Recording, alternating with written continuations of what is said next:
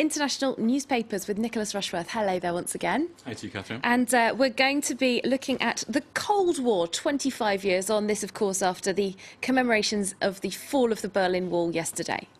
Well, we saw that over the weekend in Berlin with Germany centre stage. Let's turn right away to a couple of German papers, one of them showing the Brandenburg Gate lit up for those fall of the wall ceremonies.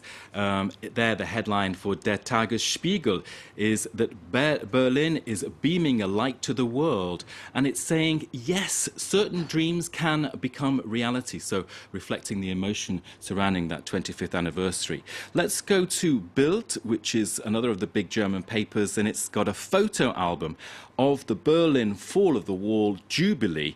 And among the photos there, we can see Angela Merkel looking at the Soviet leader of 25 years ago, Mikhail Gorbachev, and the whole question of German unification really centre stage. She's saying thank you to Mikhail Gorbachev for making it possible, for letting things happen. Absolutely, yeah. She, of course, was an East German. He was the last Soviet Indeed, leader, like you yeah. say. And very interesting to see what Mikhail Gorbachev said in Berlin at the weekend. He said that the world is on the brink of another Cold War. And that's certainly a comment that stands out. It's the one that's making a lot of the press talk anyway. Let's go to the Daily Telegraph in the UK. They're saying a new Cold War. And there's no question mark, is there, No. Catherine? It seems to be very much de facto. Now, it's saying that is how Gorbachev sees it, and also Vladimir Putin. What we've got is perhaps an argument that 25 years ago, when people surged through the Brandenburg Gate, perhaps the West went too far in somehow humiliating Russia, and that sowed the seeds of some kind of feeling, certainly with Putin, that he should reconquer territorial losses. For a contradiction to that, or for a deeper analysis, let's go to The Guardian, which has this piece asking, is there a new Cold War? And concluding, well, yes, there is. Gorbachev has got it right. But the sad thing for the planet is that there are no ideas at stake. It's not about left and right or about big calm ideologies. Yes, exactly. What we've got here, and it's quite a long list of what this new Cold War could be about, but basically it comes down to who is the most rapacious and the least honest, adding that depressingly in a new Cold War scenario, both sides might be right, might have some argument to make. Very striking image there of the blue American, I would say, eagle attacking the red Russian bear.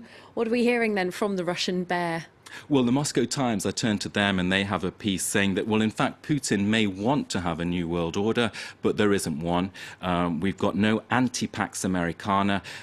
His idea of international reality with Russia being powerful and there being geopolitical parity is something that is only for Russian television. It's not the case. Now, he's actually switched his attentions to trade with Beijing and building ties with them, as we've been hearing. Looking to Asia, I went to the Japan Times, which is saying that there is world vision from the president of China of an Asia-Pacific dream.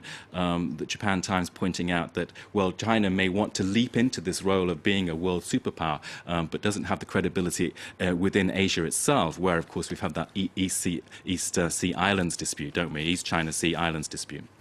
Let me go to the British press again, just to talk about this whole question of historical events that we've seen. On the one hand, we've had the 25th anniversary of the fall of the wall, and of course we've got the 100th anniversary of the beginning of the Second World War. The Daily Mail reporting that despite the criticisms that poppy art installation around the Tower of London is a bit trite and inward looking, it's packing them in. Those poppies are going to go on tour around the UK now. Just a reminder for our viewers, these are ceramic poppies, and each one represents a British or Commonwealth life lost in World War I. Yeah, absolutely. And people can go and then they can buy the poppies, which are made out of ceramic. So that whole feeling of now these ceremonies are continuing, of course, Tuesday, the 11th hour of the 11th day of the 11th month, the First World War. So momentous times. Exactly. And that will be marked nationally here in France. Thanks very much, Nicholas Rushworth, looking through the international papers for us.